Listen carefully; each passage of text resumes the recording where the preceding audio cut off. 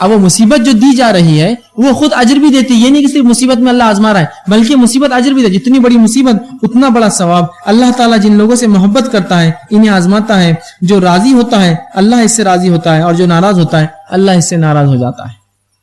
جتنی بڑی مصیبت اتنا بڑا اجر. اور اللہ جب کسی کو آزماتا ہے مصیبت دے کر, ٹھیک ہے, تو اللہ جس سے محبت کرتا ہے اس کو مصیبت میں ڈالتا ہے. جیسے انبیاء سے محبت کرتا ہے مصیبت دے کر دیکھتا ہے, صحابہ سے اور ایمان والوں سے تو مصیبت میں ڈالتا ہے. اور پھر اگر وہ راضی ہو گیا بندہ کہ بس اللہ نے چاہا یہ مصیبت آ گئی, بس میں اس پہ صبر کرتا ہوں, تو اللہ اس سے راضی ہوتا ہے. اگر ناراضگی کا اظہار کیا کہ بھائی ہمارے پاس کیوں آئی, ہم ہی کیوں, دوسرے کی فلاں, اس طرح کی کلمات, تو پھر اللہ کیا کرتا ہے, اس سے ناراض ہو جاتا ہے. اسی طرح اللہ کے رسول صلی اللہ علیہ وسلم فرماتے ہیں, ترمذی کی روایت آپ فرماتے ہیں کہ مومن کی نفس, اولاد اور مال میں آزمائش ہوتی رہتی ہے حتیٰ کہ جب وہ اللہ کے پاس ملتا ہے تو اس کے ذمے کوئی گناہ باقی نہیں رہتے. اللہ مومن کو اس کے مال, جان, اولاد سے مسلسل آزماتا رہتا ہے اور آزمائش کی بدولت اس کو اجر دیتا رہتا ہے حتیٰ کہ جب اللہ کے پاس مومن جاتا ہے تو اس کے ذمے کوئی گناہ بچتا ہی نہیں ہے, وہ سب آزمائش میں دھل جاتے ہیں. اور یہ بات اللہ کے رسول نے بیان کیا حدیث میں کہ حتیٰ کہ مومن کو کانٹا بھی اگر چبھتا ہے تو اللہ اس کا اسے بدلہ دیتا ہے. بخار کے تعلق سے آپ صلی اللہ علیہ وسلم, جب آدمی بخار میں ملوث ہوتا ہے, بخار میں مبتلا ہوتا ہے, تو اللہ کے رسول صلی اللہ علیہ وسلم نے فرمایا اس کی مثال ایسی ہے, ایک جھاڑ کے پاس آپ گئے اور اس کو ہلایا اور اس کے پتے گرنے لگے, سوکھا جھاڑ تھا, کہ ایسے گناہ جھڑتے ہو شخص کے جو کسی بخار میں ملوث ہوتا, بخار میں مبتلا ہوتا ہے, اس کو بخار آ جاتا ہے, تو اللہ اس کے گناہوں کو اس سے دور کر دیتا ہے. تو ہر مصیبت آنے والی کیا ہے, ہمیں اجر دیتی ہے, لیکن ہمیں کیا کرنا ہے, اس پر صبر کرنا ہے. بغیر صبر کی یہ اجر نہیں ملیں گے. ٹھیک, اسی طرح اللہ کے رسول صلی اللہ علیہ وسلم کا صبر دیکھیے. آپ صلی اللہ علیہ وسلم, جنگ احد کا واقعہ ہے اور عبداللہ ابن مسعود رضی اللہ عنہ اس حدیث کے راوی فرماتے ہیں کہ اللہ کے رسول صلی اللہ علیہ وسلم جو ہے آپ کو جو ہے کسی کافر نے مارا, اور کافر نے آپ صلی اللہ علیہ وسلم ایک پتھر مارا, جس کا نتیجہ یہ ہو کہ آپ صلی اللہ علیہ وسلم اس اپنے گھوڑے سے نیچے گر گئے. پورا ایک طویل واقعہ جنگ احد کا, اور رسول اللہ کے گرنے سے جو آپ کے جو ہے زرہ تھی, جس کی وجہ سے آپ حفاظت میں تھے, جو ٹوپی جو ہوتی ہے سر پر حفاظت, اس میں جو کڑیاں تھی, جو چین تھی, اس کے 2 حصے رسول اللہ صلی اللہ علیہ وسلم کی گال میں دھس گئے اور آپ کے دانت بھی اس میں شہید ہوئے, اور آپ صلی اللہ علیہ وسلم کا چہرہ لہو لہان خون میں لت پت ہو گیا. اب ایسی حالت میں کیا ہونا چاہیے تھا, میں اور آپ ہوتے اور کوئی اگر انسان دشمن ایسی تکلیف مجھے پہنچاتا اور آپ کو, تو ہم کیا کرتے, بددعاؤں کی ایک بوچھار اس پر کر دیتے. لیکن آئیے اللہ کے رسول صلی اللہ علیہ وسلم کا صبر, اور آپ صلی اللہ علیہ بخاری مسلم کی متفق علیہ روایتیں, جب یہ حالت ہوئی آپ صلی اللہ علیہ وسلم اپنے چہرے سے خون صاف کرتے اور کہتے اللہم اغفر لی قومی فإنہ لا یعلمون, اے اللہ میری قوم کی مغفرت کر دے, بخش دے, انہیں علم نہیں کہ میں کون ہوں, یہ جانتے نہیں کہ میں رسول ہوں, اس لیے میرے ساتھ یہ سلوک کر رہے ہیں. تو اللہ میری قوم کو بخش دے, اسے معاف کر دے, یہ جانتی نہیں کہ کس کے ساتھ یہ سلوک کر رہی ہے, میں کون ہوں. یہ نہیں کہا کہ انہیں ہلاک کر دے, برباد کر دے, پہاڑوں کے اندر دبا دے, ان کو دھسا دے, یا قوم لوط یا قوم عاد کے سے ان پہ عذاب لا, نہیں کہا اے اللہ میری قوم کی مغفرت کر, یہ جانتی نہیں کہ میں کون ہوں. فإنہ لا یعلمون, ان کو علم نہیں ہے کہ میں اللہ کا نبی ہوں, تیرا نبی ہوں. دیکھیے اللہ کے رسول کا صبر, کہ اس مقام پر بھی آپ صبر کر رہے ہیں. وہی واقعہ طائف کا ہوا, طائف میں اللہ کے رسول صلی اللہ علیہ وسلم کی صبر کی دیکھیے آپ. آپ صلی اللہ علیہ وسلم سے ماں عائشہ پوچھتی ہیں جنگ کے احد سے زیادہ بھی کسی وقت میں آپ کو تکلیف پہنچی, کیا اس سے زیادہ بھی کبھی تکلیف کسی نے پہنچائی آپ کو؟ تو کہا عائشہ ہاں, جنگ احد سے زیادہ بھی مجھے تکلیف پہنچی جب میں نے مکے والوں کو, تیری قوم والوں کو دعوت دی, وہ ایمان نہیں لائے, میں نکل کر جو ہے طائف گیا, سوچا کہ میرے ماں کی طرف سے رشتہ دار ہے, شاید میری بات کو قبول کر لے. وہاں 3 سردار تھے, تینوں نے رسول اللہ کا مذاق اڑایا, ایک نے خاموشی اختیار کی, 2 نے مذاق اڑایا, اور مذاق ہی نہیں اڑایا بلکہ اوباش قسم کے بچوں کو رسول اکرم صلی اللہ علیہ وسلم کے پیچھے چھوڑ دیا, اور وہ آپ صلی اللہ علیہ وسلم کو, زید بن حارثہ آپ کے ساتھ تھے, پتھر مارنے لگے. اور صرف پتھر نہ مارتے بلکہ اللہ کے رسول صلی اللہ علیہ وسلم جب گر جاتے ہیں تو وہ جا کر وہ اوباش لڑکے رسول اللہ کے بغل میں ہاتھ ڈالتے اور گھسیٹتے ہوئے آپ کو پھر کھڑے کرتے, پھر پتھر مارتے, پھر آپ گر جاتے تو بغل میں ہاتھ ڈال کے رسول اللہ کو اٹھا کر لے کر بھاگتے, پھر اٹھاتے اور پھر پتھر مارتے, حتیٰ کہ یہ ہوا کہ آپ صلی اللہ علیہ وسلم کی جوتیاں تک خون میں بھر گئی. اس کے بعد اللہ کے رسول صلی اللہ علیہ وسلم نے ایک باغ میں پناہ لی, اور باغ میں پناہ لینے کے بعد اس باغ والوں نے اللہ کے رسول کو پانی اور کچھ انگور پیش کیا, انگور کا باغ تھا, اور فوراً جو ہے ملک الجبال پہاڑ کا فرشتہ آیا اور کہا اے محمد صلی اللہ علیہ وسلم اگر آپ حکم دیں تو اس بستی والوں کو میں دبا دیتا ہوں 2 پہاڑوں کے بیچ. رسول اکرم صلی اللہ علیہ وسلم نے کہا نہیں, میں یہ بددعا نہیں دے سکتا, میں اس کا حکم نہیں دوں گا, ہو سکتا ہے ان کی نسلوں میں سے ایمان والے نکلے. دیکھیے صبر آپ کا, چاہتے تو کہہ دیتے ہاں دبا دو پوری بستی کو آندھی کر دو, آپ یہ نہیں کہا ہو سکتا ہے ان کی قوموں میں سے ان کی نسلوں میں سے ایمان والے نکلے, اور ان کی نسلوں میں سے پھر ایمان والے نکلے, انہوں نے ایمان قبول کیا, اور فتح مکہ میں اکثریت جو ہے طائف کے لوگوں کی تھی, بہت کثرت سے جمع ہو, اور بعد کی جنگوں میں انہوں نے مسلمانوں کا ساتھ دیا. تو یہ تھا رسول اللہ صلی اللہ علیہ وسلم کا صبر اللہ کے لیے طلب ثواب کے ساتھ. اور بھی بہرحال رسول اللہ صلی اللہ علیہ وسلم زندگی میں کئی واقعات ہیں. آئیے ایک اور واقعہ, جسمانی اذیت, یہ ذہنی اذیت کا واقعہ سنیے. دو جگہ یہ خون نکلنا جسمانی اذیت ہے, انسان کبھی کبھار جسمانی اذیت کو برداشت کر سکتا ہے, ذہنی اذیت کو لے کر کبھی کبھار مر جاتا ہے ٹینشن اور فکر سے. رسول اکرم صلی اللہ علیہ وسلم ایک بار جو مال غنیمت تقسیم کر رہے تھے, اور بخاری کی بہرحال یہ جو ہے بخاری کی روایت ہے, مال غنیمت تقسیم کر رہے تھے, ایک شخص آیا اور کہا اللہ کے رسول انصاف سے کام لیجیے. سبحان اللہ, اللہ کے رسول کو کہہ رہا ہے انصاف سے کام لیجیے. کیا رسول ناانصافی کر سکتا ہے اپنی قوم کے ساتھ؟ تو رسول اللہ کو کہہ رہا ہے انصاف سے کام لیجیے. کیا کچھ اللہ کے رسول کے دل پر گزری نہیں ہوں گی, کیسا انسان ہے کہ رسول کو کہہ رہا ہے انصاف سے کام لیجیے. مطلب رسول ناانصافی کر رہے, عدل نہیں کر رہا ہے اپنی قوم کے ساتھ, جبکہ اللہ کے رسول نے جو معاملہ کیا تھا وہ بھی حکمت پر مبنی تھا. آپ نے مہاجر کو زیادہ مال غنیمت تقسیم کیا تھا بنی انصار کے, اس لیے کہ مہاجر انصار کے اوپر ڈیپینڈ تھے. آپ نے چاہا کہ اگر مہاجر کو مال زیادہ دوں گا تو یہ اپنے پیروں پر کھڑے ہو جائیں گے, تو انصار کو جو ہے آسانی ہو جائیں گی. اس نیت سے آپ نے تقسیم تھوڑی زیادہ کی. تو کہا اللہ کے رسول انصاف کیجئے. تو اللہ کے رسول صلی اللہ علیہ وسلم دیکھیے کچھ نہ کہا, اور صرف اتنا کہا اور فرمایا کہ اللہ سبحانہ تعالیٰ موسیٰ علیہ السلام پر رحم کرے, ان کی قوم نے انہیں بہت زیادہ ایذا پہنچائی تھی لیکن انہوں نے صبر کیا. اللہ کس پر؟ موسیٰ علیہ السلام پر رحم کرے, انہیں مجھ سے بھی زیادہ جو ہے تکلیف پہنچائی گئی, اس معاملے میں ان کی قوم الزام لگاتی تھی لیکن انہوں نے جو ہے صبر کیا. تو رسول اللہ نے خود صبر کیا اور کہا اللہ موسیٰ علیہ السلام پر رحم کرے. کیا کچھ بنی اسرائیل نے ان پر تہمتیں نہیں لگائی, پھر بھی انہوں نے صبر کیا اس معاملے میں. تو صبر کرنا انبیاء علیہ الصلوۃ والسلام, شہداء, صدیقین, صالحین اور نیکوکاروں کا طریقہ اور شیوہ یاد رکھیے, وہ صبر کرتے ہیں مصیبتوں میں. ٹھیک, اسی طرح آپ صلی اللہ علیہ وسلم فرماتے, بخاری کی روایت, آپ نے فرمایا تم سے پہلے لوگوں میں ایسے لوگ تھے. چند صحابہ اللہ کے رسول کے پاس گئے, بخاری کی روایت ہے, اور کہا اللہ کے رسول بس بہت ہو گیا, آپ بددعا دے دیجیے اس قوم کو. مکی دور کا واقعہ ہے, مطلب آپ بددعا کر دیجیے اس قوم کے لیے, بہت ہوگی, بہت تکلیفیں اذیتیں پہنچا رہے ہیں. تو آپ صلی اللہ علیہ وسلم نے فرمایا آپ ٹیکے سے تھے, حدیث میں آتا ہے کعبے کی دیوار سے ٹیک لے کے ایک چادر سے آپ لیٹے تھے. آپ فوراً ٹیکے سے اٹھ گئے اور کہا جب تم سے پہلے کے لوگ ایمان لاتے تو ان کو آروں سے چیر دیا جاتا. تم سے پہلے کے لوگ جب ایمان لاتے تو ان کو آروں سے بیچ میں سے چیر دیا جاتا, اور ان کے جسموں پر لوہے کی کنگیاں چلا کر زندہ ان کی کھالیں ادھیڑ دی جاتی, لیکن یہ چیز بھی ان کو ایمان سے نہیں پھیرتی.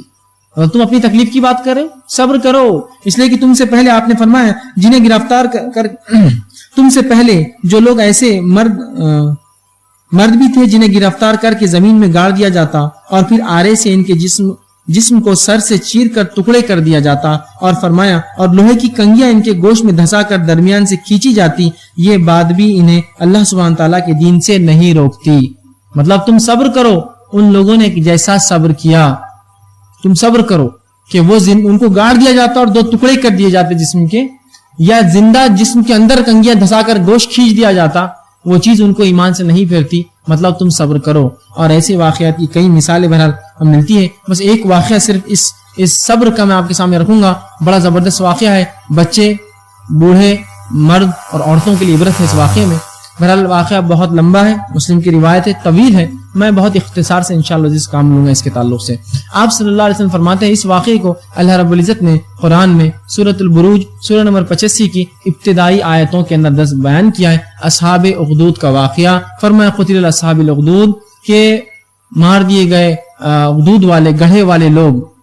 ٹھیک, اب یہ واقعہ کیا ہے؟ جب صحابہ نے پوچھا یہ اخدود کا معاملہ کیا ہے, یہ گڑھے والے لوگ کون تھے, تو بڑا زبردست واقعہ آپ صلی اللہ علیہ وسلم سنایا کہ آپ نے فرمایا تم سے پہلے قوموں میں ایک قوم تھی, بنی اسرائیل کا یہ واقعہ ہے غالباً, تم سے پچھلے ایمان والوں میں ایمان والے تھے, اور ایک قوم تھی, اس بستی میں جو ہے ایک بادشاہ تھا, اور اس بادشاہ کے پاس ایک جادوگر تھا. وہ جادوگر جو بوڑھا ہونے لگا, اس نے کہا بادشاہ, وہ خوابوں کی تعبیر اس طرح کی کاما کرتا, نجوم تاروں کو دیکھ کر تقدیر بتاتا. اس نے کہا بادشاہ سلامت, میں بوڑھا ہو چلا ہوں, میں مر جاؤں گا, لہٰذا تم ایک بچہ میرے پاس لا کے دو جس کو میں تعلیم دوں جادو کا علم, تاکہ میرے بعد وہ آپ کی مدد کرتا رہے. منادی دی گئی, ایک بچہ سلیکٹ کیا گیا, چنا گیا. وہ بچہ جب محل کی طرف جاتا اپنی بستی سے نکل کر, تو راستے میں ایک راہب دیندار انسان تھا جو کہ بادشاہ کے ظلم کی وجہ سے بستی میں نہیں رہتا تھا, بستی سے الگ رہتا تھا, اس لیے کہ بادشاہ اپنے آپ کو خدا کہتا تھا, وہ اپنے آپ کو رب سمجھتا تھا. تو یہ راہب جو دیندار انسان تھا وہ بستی سے ہٹ کر ایک جگہ جنگل میں رہتا تھا. جب نوجوان وہاں سے گزرتا تو اس راہب سے ملاقات ہوئی. وہ راہب اس کو کچھ دین کی باتیں بتاتا خاموشی میں. وہ بچہ وہ باتیں سیکھ کر محل جاتا, جادوگر سے جادو کا علم سیکھتا اور واپس گھر جاتا. یوں ہی روز ہوتا رہا. اب بچہ جو اس راہب کے پاس بیٹھ کر علم سیکھنے لگا تو تاخیر دیر ہونے لگی, اور جب وہ محل جاتا تو اس کو جادوگر مارتا اور کہتا تو تاخیر دیر سے کیوں آیا؟ تو اس نے کہا اے راہب, جب میں تمہارے پاس بیٹھتا ہوں تو جادوگر مارتا ہے, جب گھر دیر سے جاتا ہوں تو گھر والے مارتے ہیں, میں کیا کروں؟ تو اس راہب نے کہا دیکھو, جب تم جادوگر کے پاس جاتے ہو تو کہنا گھر والوں نے دیر سے چھوڑا تاکہ تم شرعی علم سیکھو مجھ سے, اور جب تم گھر دیر سے جاتے ہو گھر والے پوچھتے کہاں تھے تو بولنا جادوگر نے دیر سے چھوڑا اور مجھ سے تم علم سیکھتے رہنا.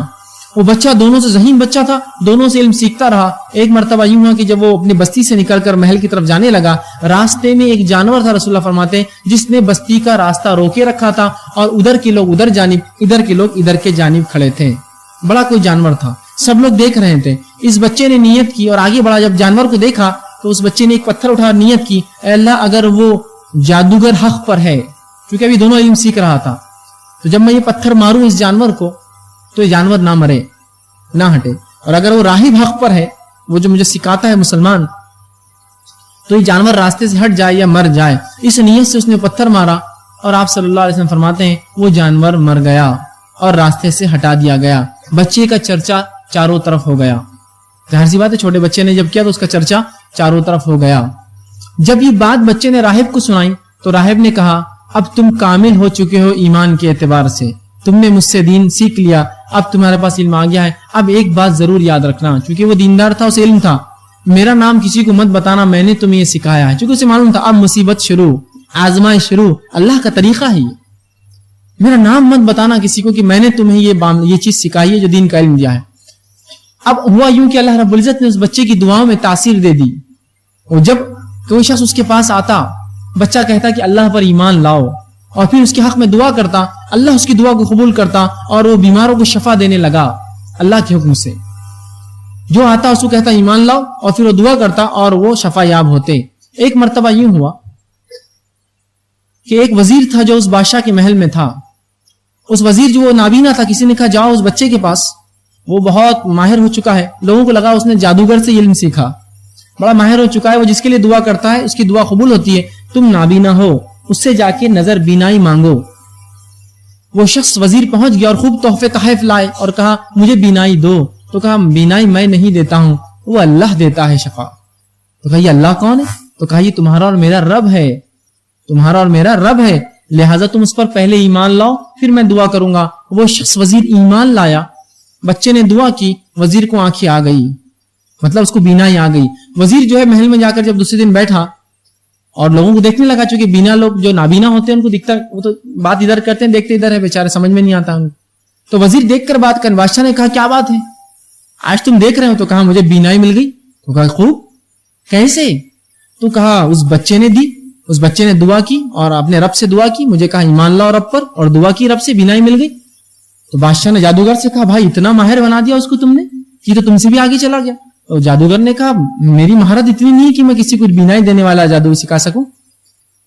تو اس بادشاہ نے کہا کہ تم سے اس نے کیا کہا؟ تو اس نے کہا رب پر ایمان لاؤ. تو اس بادشاہ نے کہا اچھا مجھ پر ایمان لاؤ کہا. تو کہا نہیں تم تھوڑی رب ہو. تو کہا تم مجھ سے ہٹ کر کسی کو رب سمجھتے ہو؟ کیونکہ وہ اپنے آپ کو رب سمجھتا, اللہ سمجھتا تھا.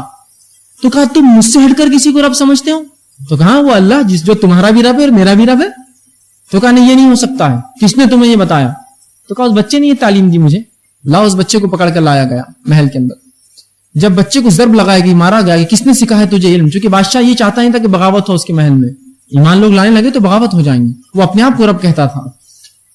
اس بچے کو لا کے ضرب لگائی گئی, مارا گیا, تنبیہ کی گئی, اور بیچارہ ضرب کی ڈر سے اور مار کھا کر جو ہے اس نے منہ کھول دیا اور کہا اس راہب نے مجھے سکھایا. اس راہب کو بھی گرفتار کر کے لایا گیا. اب وہ وزیر بھی کھڑا ہے, بچہ بھی کھڑا, راہب بھی ہے. اور کہا گیا کیا تم مجھ پر ایمان لاتے ہو؟ بادشاہ نے کہا، ان سب نے کہا نہیں، ہم اللہ پر ایمان لاتے ہیں۔ تو سب سے پہلے اس وزیر کو جو ہے اس راہب سے کہا گیا کیا اللہ پر ایمان چھوڑتے ہو؟ تو کہا نہیں۔ ایک آرا منگوایا گیا اور اس راہب کے سر پر رکھا گیا اور پوچھا گیا کیا اللہ پر ایمان چھوڑتے ہو؟ مجھے رب مانتے ہو؟ تو کہا نہیں۔ تو وہ آرا چلا دیا گیا، اس کے 2 ٹکڑے محل میں سامنے لوگوں کے کر دیے گئے۔ پھر اس وزیر سے پوچھا گیا کیا تم ایمان چھوڑتے ہو اللہ پر اور مجھ پہ لاتے ہو؟ تو کہا نہیں، یہ نہیں ہو سکتا، اس کے بھی وہیں 2 ٹکڑے کر دیے گئے۔ پھر اس بچے سے پوچھا گیا کہ کیا ایمان لاتے ہو اللہ پر؟ تو کہاں؟ تو بادشاہ نے کہا تجھے میں عبرتناک سزا دوں گا، تجھے یہ سزا نہیں۔ کہا اس بچے کو لے جاؤ پہاڑ پر اور وہاں سے پھینکنا تاکہ دنیا دیکھے اور عبرت حاصل کرے اس سے۔ جب بچے کو پہاڑ پہ لے جایا گیا، بچے نے اللہ سے دعا کی اللہ میری حفاظت کر ان سے۔ ایک زلزلہ آیا، تمام لوگ جو فوجی تھے جو سپاہی تھے گر گئے۔ بچہ واپس آیا اور کہا بادشاہ تم مجھے نہیں مار سکتے، میرے رب نے مجھے بچا لیا۔ تو کہا اچھا اب دوسری سزا تجھے، اسے پانی میں لے جاؤ، سمندر کے بیچ میں ڈوبا دینا، ہاں لیکن یہ ضرور پوچھ لینا کیا مجھ پر ایمان لاتا ہے بادشاہ پر؟ اگر کہہ دے ہاں تو چھوڑ دینا، واپس نہ ڈوبا دینا۔ جب لے گئے اس بچے نے پھر اللہ سے دعا کی اے اللہ میری حفاظت کر ان ظالموں سے۔ اللہ نے ایک طوفان لایا، کشتی کو ڈبا دیا، اس بچے کو محفوظ سطح پر لے آیا۔ بچہ پھر گیا اور کہا بادشاہ سلامت، تم مجھے نہیں مار سکتے، ایک ہی طریقہ ہے جس طریقے سے تم مجھے قتل کر سکتے ہو۔ کیا طریقہ ہے؟ تو کہا مجھے سب سے اونچے مقام پر لے جاؤ اپنے علاقے کے، اور تمام اپنے بستی اور شہر والوں کو، ملک والوں کو جمع کرو اس مقام پر، اور ان کے سامنے میرے ترکس سے ایک تیر نکالو جو میں دوں گا تمہیں، اور اس تیر کو لے کر یہ کہنا بسم اللہ رب الغلام، کہ اللہ کے نام سے جو اس لڑکے کا رب ہے، اور پھر وہ تیر میرے سر پہ مارنا تو ہی میں مر سکتا ہوں۔ بادشاہ نے کہا میں تو چاہتا ہوں ہی۔ اس نے منادی لگائی، لوگ جمع ہوئے، ایک پہاڑ پر اس بچے کو لے جایا گیا جہاں سے لوگ دیکھ سکتے تھے، اور بادشاہ نے اس کے ترکس میں سے ایک تیر لیا اور وہی لفظ کہے بسم اللہ، اللہ کے نام سے رب الغلام جو اس لڑکے کا رب ہے، اور تیر اس کے سر میں جا کر بیچ میں لگا، اور وہیں اس لڑکے نے گردن ڈال دی اور وہ مر گیا۔ اب جو ہی اس لڑکے کی موت ہوئی، پورے کی پوری عوام جو کھڑی چلا اٹھی آمنت برب الغلام، ہم لڑکے کے رب پر ایمان لائے، کیونکہ لڑکا حق تھا، لڑکا حق پر تھا، اس نے صبر کیا، اور اسے پتا تھا اگر میں جیوں گا تو دعوت اتنی لمبی نہیں دے سکتا ہوں۔ اس کو اللہ نے حکمت دی، اس کی موت نے پورے کے پورے ملک کو ایمان لا دیا، اس کا صبر۔ تو سب نے کہا آمنت برب الغلام، ہم سب ایمان لائے لڑکے کے رب پر۔ اب وزیروں نے کہا یہ تو پہلے ہم 3 لوگ اور 2 لوگ اور 4 لوگوں سے پریشان تھے، اب تو پوری بستی ایمان لائے، اب کیا کریں؟ کچھ نہ کچھ تو حل نکالنا پڑے گا۔ تو بادشاہ نے کہا ٹھیک ہے، مشورہ ہوا اور یہ طے ہوا کہ بڑے بڑے گڑھے کھودے جائیں گے، اخدود گڑھوں میں آگ لگائی جائیں گی، اور بستی کے لوگوں کو لایا جائے گا، پوچھا اللہ پر ایمان لاتے ہو بادشاہ پر؟ جو کہ اللہ پر پھینک دو، جو کہ بادشاہ پر چھوڑ دو۔ اور لوگوں کو جمع کیا گیا بڑے بڑے گڑھوں کے سامنے، لیکن لوگ ایسا پختہ ایمان لائے تھے بیچارے وہ، اور انہوں نے صبر کیا اس پر ایمان کے بعد کہ جب لا کر انہیں کھڑا کیا تو پوچھا جاتا اللہ پر ایمان لائے یا بادشاہ پر؟ وہ کہتے اللہ پر، اٹھا کر پھینک دیا جاتا۔ یہ کوئی مذاق نہیں ہے، یاد رکھیے۔ پیچھے ایک انسان کھڑا جو دیکھ رہا میرا بھائی جل کر مر رہا ہے نیچے، دوسرے کو لا کر کھڑا جاتا، وہ کہتا نہیں میں ایمان لا اللہ پھینک دو مجھے بیٹا، حتیٰ کہ تمام بستی کے لوگوں کو اس نے جلا دیا، آگ میں ڈال دیا۔ آخر میں ایک عورت تھی جس کے سینے سے اللہ کے فرماتے ایک بچہ لگا تھا، اس نے یہ سوچا کہ میں اپنے بچے کے لیے جھوٹ بول دیتی ہوں، اب کوئی دیکھنے والا بھی نہیں میرے اطراف، سب مر چکے ہیں جو ایمان لائے، تاکہ میں اس کی زندگی بچا لوں۔ جب یہ نیت اس نے کی تو اللہ رب العزت نے اس بچے کو زبان دی اور اس نے کہا میری ماں تو حق پر ہے اور کود جا، اور پھر عورت اس بچے کو لے کے اس آگ میں کود گئی۔ تو رسول اللہ فرماتے ہیں ایسے 4 بچے ہوئے جنہوں نے ایسی عمر میں بات کی جس عمر میں بچے بات نہیں کرتے۔ ایک عیسیٰ علیہ السلام چھوٹے تھے، دوسرا بچہ وہ تھا، تیسرا بچہ ایک جریج، ایک واقعہ تھا، بہرحال ایک طویل واقعہ، اس کے اندر ایک بچے نے گواہی دی۔ چوتھا فرماتے ہیں اصحاب اخدود کا بچہ، اس نے بھی ایسی عمر میں بات کی جب عموماً بچے بات نہیں کرتے۔ اب آئیے اس واقعے کے اندر جو نصیحتیں تھی، صبر کے جو واقعات تھے کیا کیا تھے۔ سب سے پہلے اس راہب کا صبر، اسے پتا تھا اگر میں ایمان کی دعوت دوں گا تو مصیبت مجھ پر آنے والی ہے، پھر بھی اس نے اپنے ایمان کو چھپایا نہیں اور بچے کو حکمتاً تعلیم دے دی، ایمان بتایا۔ دوسرا، اس وزیر کا ایمان دیکھیے آپ اور اس کا صبر دیکھیے۔ وزارت، پوسٹ بہت بڑی چیز ہوتی ہے۔ ہم آج کل ہم دیکھتے ہیں چھوٹی چھوٹی پوسٹ کے لیے ہم بھکاریوں جیسا پھرتے ہیں لوگوں کے پیچھے، اور وہ جو چاہے ان کو رب سمجھ ان کے سامنے جھکتے ہیں۔ وزیر تھا وہ، معمولی اس کی پوزیشن نہیں تھی، بادشاہ کے بازو بیٹھتا تھا وہ، لیکن اس نے اپنی وزارت کو بالائے طاق رکھ دیا، اس کو اپنے پیروں تلے کچل دیا ایمان کے لیے، کہا نہیں ایمان تو نہیں چھوڑتا ہوں، چاہے مار دو اور قتل کر دو۔ وزیر قتل کیا گیا، پوزیشن ہولڈنگ تھا نا، ایک عام آدمی تو پھر بھی قربانی دے سکتا ہے، اس کا ہے کیا، یہ وزیر تھا، لیکن اللہ پر جب ایمان لایا، اس لیے میں نے کہا اس قصے کے اندر ہر پوزیشن اور ہر کسی کے لیے ایک عبرت اور نصیحت ہے. اس راہب کے لیے ایک نصیحت ہے کہ وہ ہاتھ سے کچھ نہیں کر سکتا تھا, زبان سے کچھ نہیں, تو خاموشی میں تعلیم دے دی, صبر کیا اپنی تکلیف پر, ایمان نہیں چھوڑا, اس کو قتل کیا گیا, وہ اللہ کے راہ میں شہید ہوا. اس وزیر نے جو پوسٹ ہولڈ کرتا تھا, چاہتا دنیا کے لیے چھوڑ سکتا تھا, پوسٹ نہیں چھوڑی, اپنا جو ہے پوسٹ کو چھوڑ دیا, ترک کیا اور موت کو پسند کیا, اللہ پر ایمان کے لیے صبر کیا اور قتل کیا گیا, شہید ہو گیا, مارا گیا. اس بچے کا دیکھیے آپ صبر, اور اللہ نے جو اس کو حکمت دی تھی, اپنی جان دے دی اسلام کی دعوت کے لیے, اور بستی والوں تک پیغام ایک ہی جھٹکے میں پہنچا دیا. یہ وہ دور تو نہیں تھا کہ ٹیلی کاسٹ کرے, براڈ کاسٹ کرے, یہ ایک طریقہ تھا. اللہ نے جو حکمت اس کو سجائی تھی, اس حکمت کے تحت اس نے یہ کام کیا, یہ منمانی نہیں تھی اس کی. اور اس بچے کی قربانی دیکھیے, بڑے تو قربانی پھر بھی دے دیتے ہیں, اس بچے کی عظیم قربانی اس دین کے لیے, اور وہ اس کے لیے مارا گیا اور شہید ہوا. اور پھر اس پوری قوم کی قربانی دیکھیے, ہر بڑا اور چھوٹا اور عورت اور مرد سب آگ میں کودنا پسند کیا, ایمان چھوڑنا پسند نہیں کیا. اور آخر میں اس ماں, اس عورت کی اور اس چھوٹے بچے کی قربانی دیکھیے کہ اس ننھے بچے نے بھی جو ایمان کے لیے مرنا پسند کیا, لیکن وہ زندگی اس نے پسند نہیں کی, اور وہ عورت بھی اس کو لے کر کود گئی. تو اس واقعے میں ہر فرد کے لیے نصیحت تھی, ہر فرد کے لیے صبر کے نمونے تھے, ہر پوزیشن میں جو آپ ہولڈ کرتے ہیں ان میں ہر کسی کا ایک عبرت تھی کہ سب نے قربانی دی اللہ اور اس کے دین کے لیے. کیا آج ہم ایسے صبر کے لیے تیار ہیں؟ ہم تو اتنے صبر کے لیے بھی تیار نہیں کہ 2 روپے ہم سے چھن جائے, ہم اس کے لیے بھی پریشان ہو جاتے, یہ نہیں سوچتے کہ اللہ نے لکھا تھا میری تقدیر میں یہ ہونا, ہو گیا. نہ صبرے ہو جاتے ہیں, نہ شکرے بن جاتے ہیں. اور جب ایک انسان صبر کرتا ہے تو کیا ہوتا ہے معلوم؟ وہ صبر جب کرتا ہے تو خود بخود یہ شکر کی علامت ہوتی ہے. اسی لیے میں نے شکر کو بہت لمبا طویل نہیں لیا, آپ کے سامنے مختصر رکھوں گا. لیکن آخر جب انسان صبر کر رہا ہے کسی مصیبت میں, انا للہ و انا الیہ راجعون پڑھا, یہ اس کا شکر ہے. تو صبر میں شکر خود بخود داخل ہے, اسی لیے عنوان صبر اور شکر رکھا گیا کہ جب ایک انسان مصیبتوں پر صبر کرتا ہے تو وہ خود بخود شکر کی علامت ہے اس کی. اور جب وہ کلمات ادا کرتا ہے حمد و ثنا کی تکلیفوں پر, اللہ کا شکر ادا کرتا ہے کہ جس بھی حال میں تو نے رکھا تیرا شکر ہے اللہ, ٹھیک. تو یہ خود ایک شکر ہے, اللہ کی تعریف کرتا ہے, حمد و ثنا کرتا ہے, ٹھیک ہے. اسی طرح اللہ رب العزت نے قرآن میں فرمایا صبر کے تعلق سے, سورہ شورى سورہ نمبر 42 آیت نمبر 43 میں, وَلِمَنْ صَبَرَ وَغَفَرَ إِنَّ ذَلِكَ لَمِنْ عَزْمِ الْأُمُورِ. اللہ فرماتا ہے جو صبر کرتا ہے اور معاف کرتا ہے یہ ہمت کے کاموں میں سے ہے. صبر کرو اور معاف کرو. دین کے لیے کسی نے آپ کو گالی دے دی, صبر کرو, درگزر کرو, عفو معاف کر دو اس کو. یہ بہت پائے کے جو ہے کردار والے لوگوں کی علامتیں ہیں, تو صبر کرنا اور معافی اور درگزر کرنا, ٹھیک. تو صبر یاد رکھیے بڑی اہم چیز ہے. اب آئیے چند باتیں آپ کو شکر کے تعلق سے رکھتا ہوں کہ شکر کیا ہے.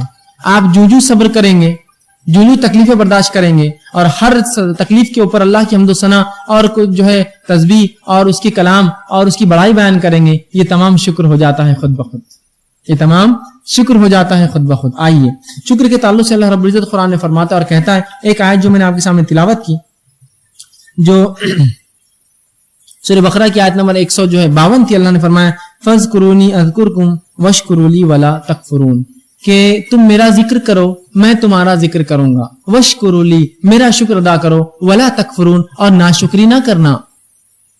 تو شکر ادا کرے اللہ کا ہر حال میں, یاد رکھیں جو کچھ اس نے دیا. اور اللہ کا شکر کیسے ادا کریں گے؟ اللہ تیرا شکر ہے, یہ تو ایک الگ بات ہے. آپ الحمدللہ کہہ کر اللہ کا شکر ہر حال میں ادا کر سکتے ہیں. نقصان کی خبر الحمدللہ, فائدے کی خبر الحمدللہ, شکریہ کلمات ہے یہ, اللہ تیرا شکر ہے, ٹھیک. الحمدللہ یہ افضل الدعا ہے, یاد رکھیں رسول اللہ فرماتے ہیں افضل الذکر لا الہ الا اللہ و افضل الدعا الحمدللہ. تو الحمدللہ ہر حال میں بولا کیجیے, الحمدللہ یہ بڑی بات ہے, یاد رکھیے الحمدللہ بولنا. آج ہم دیکھتے ہیں یہ کلمات شکر بھی ہم بھول چکے ہیں. نہ صبراپن, صبر چلا گیا ہم سے تو ناشکری شروع ہو جاتی. صبر جو ہی چلے جائیں گا ناشکری شروع, صبر کریں گا تو شکر خود بخود باقی رہیں گا. یہ دونوں ایک دوسرے سے لگے ہوئے ہیں.